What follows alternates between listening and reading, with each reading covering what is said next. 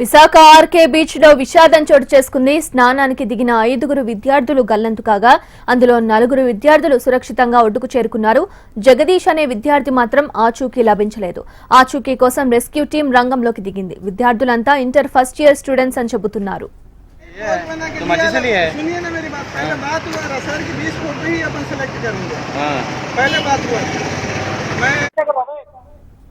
Visakha RK beach లో విషాదం చోటు చేసుకుంది.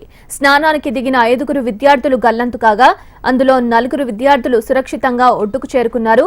జగదీష్ అనే విద్యార్థి మాత్రం ఆచూకీ లభించలేదు. ఆచూకీ కోసం రెస్క్యూ టీం రంగంలోకి దిగింది. విద్యార్థులంతా ఇంటర్ ఫస్ట్ ఇయర్ స్టూడెంట్స్ అని చెబుతున్నారు.